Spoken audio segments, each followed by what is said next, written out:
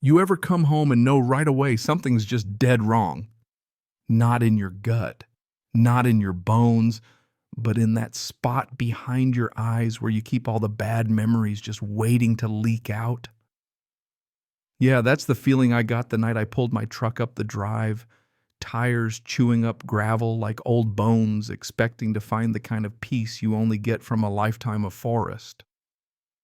But instead, there was this unnatural hush, like the world was holding its breath after something broke. Let me back up a sec. That old cabin been in my family 3 generations, perched on the bluff, watching over a sea of pines and black walnut. I can still smell that damp moss and creek mud that always hangs in the air after a good rain. But that night I stepped out and my headlights stretched into empty space, reaching for something that just wasn't there anymore.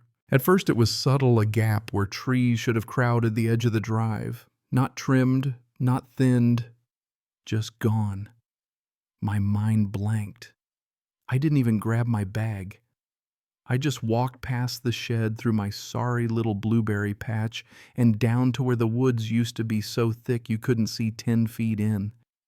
Now I saw scars, fresh wounds across the earth strips of naked clay and stumps where living giants used to stand. I stood there rooted until a voice pulled me back. "You're back early," said George, my caretaker, ex-forest ranger, part-time philosopher, full-time beer enthusiast, standing with a flashlight like he was about to interrogate the shadows. Same old ranger jacket still holding together after 6 years. "What the hell happened here, George?" He hesitated, which wasn't like him. "It's complicated. Better if you see it for yourself." So 10 minutes later, I had my drone up, same one I used to track deer. I watched the feed jaw clenching tighter every second. 80%. Gone. You hear me, 80. The entire southern line of my forest clear-cut like a new highway. Old oaks shredded, creek beds flattened. Even the conservation zone federally marked bulldozed to nothing. But the kicker. There were signs staked into the dirt. Willow Trail brought to you by Willow Creek Estates HOA and the Green West County Environmental Initiative. Pink ribbons everywhere, as if my land was just a coloring book they got bored of. I stood in the main room of my cabin, boots, muddy hands shaking on the controller, trying to wrap my head around it. "They built a trail project on my property," I muttered. George nodded, grim as winter. "They logged, graded, dug, brought in a crew, said you donated the land. Even had paperwork, a ribbon cutting last week." I laughed, which probably sounded unhinged, but sometimes absurdity's the only thing keeping you from blowing your top. Who I pressed? Karen Madison, president of the HOA. Her nephew did the grading. County commissioner showed up for the cameras. They're calling it a public eco-hub. Karen Madison. If you live in a suburb long enough, you know the type corporate climber reinvented as a green entrepreneur, always taking the credit, never paying the bill. Only this time she bulldozed the wrong patch of trees. I poured myself a glass of single malt I'd been saving since grad school. Tomorrow I was going to that HOA office. Someone was going to answer for this. Didn't sleep that night. Sat on the porch, letting anger do what coffee couldn't. By sunrise, I was suited up, briefcase stuffed with deeds, easement papers, drone footage. Willow Creek Estates sat south of my land, a model suburb where even the ducks looked managed. Their office glass doors, fake wood panels, a mural of kids planting trees. I walked in, ignored the receptionist, and found Karen's door, gold letters and all. Knocked once, then let myself in. Karen was on the phone, nails clacking on the glass. She saw me, smiled with that politician's "I know something you don't" look, and held up a finger. "No, he's back now, but it's all handled," she said, then hung up.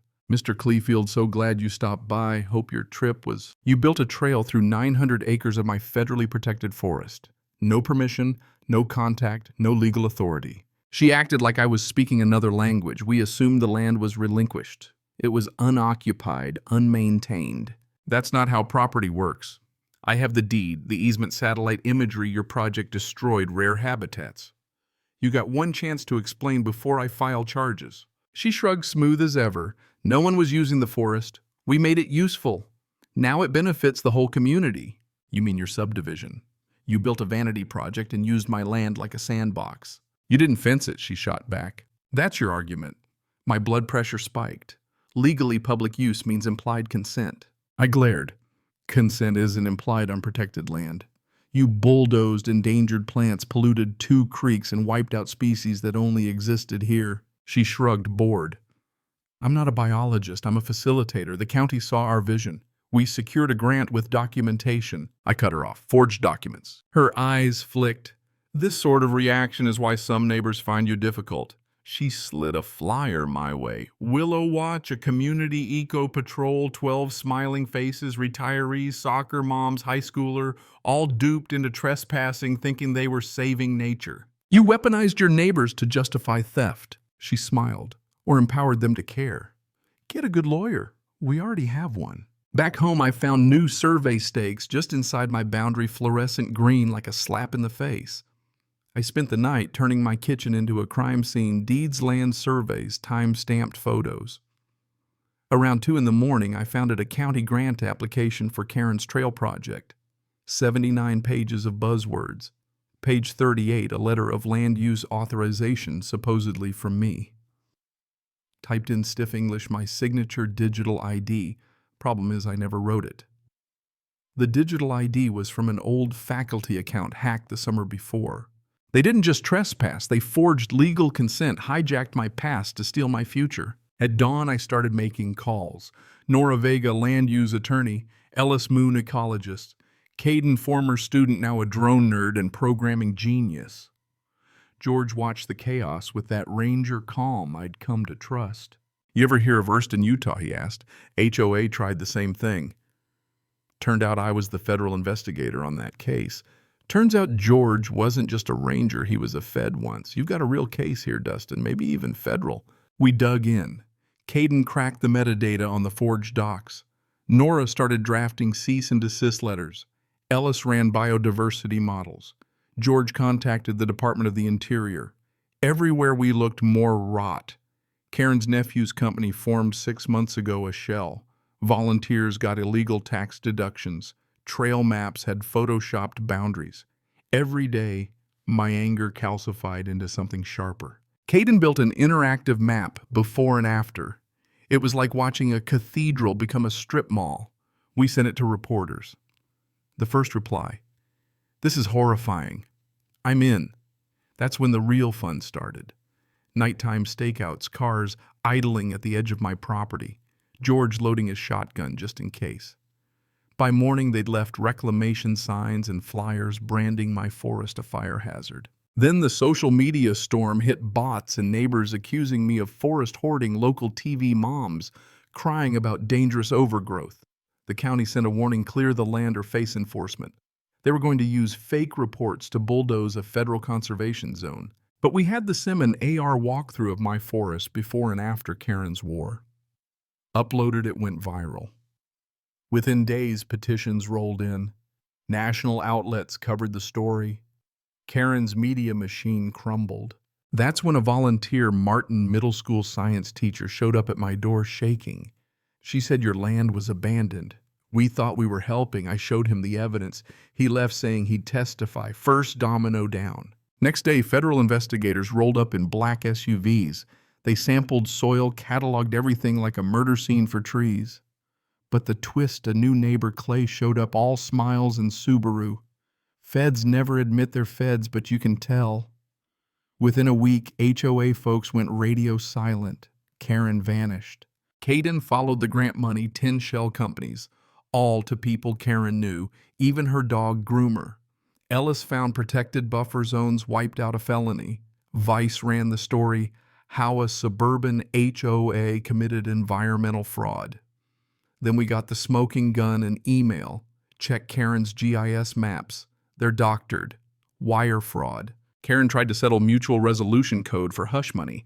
I replied, see you in court. The trial felt like walking into a mausoleum. Karen and beige lawyer trailing like a funeral escort. The prosecution opened with the simulation. The jury watched the forest die in real time.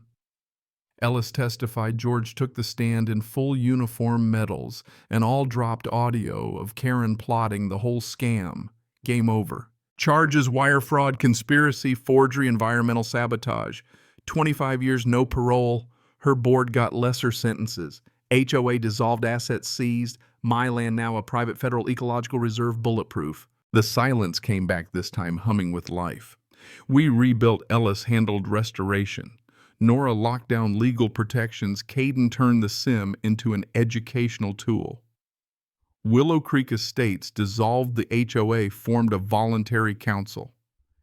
Even invited me to speak. I told them no president, just boundaries and respect. Maybe one person to stop Bob from putting flamingos on his roof. George visits most nights. Sometimes we talk, sometimes we just sit. Karen ended up starring in a reality show, ankle monitor and all. First episode, How to Lose a Forest and Gain 25 Years. Guest star me. I just looked across the set and said, "The forest says hello." She had no answer. Now on the edge of my land, there's a steel sign, Private Reserve Property of Decla Field. The trees are watching. Willow Creek's got a new sign, too proudly free of HOA control forever. Some nights I sit at the edge, bourbon in hand, watching the shadows stretch through the young trees, wondering if they remember what came before. Maybe they do. So here's my question for you. Does justice really mean fixing what's broken or making damn sure nobody ever dares break it again? Drop your thoughts below. Tell me your stories. Tell me where you stand. And if you've ever fought a Karen or an HOA or hell just for what's right, stick around. We need each other out here.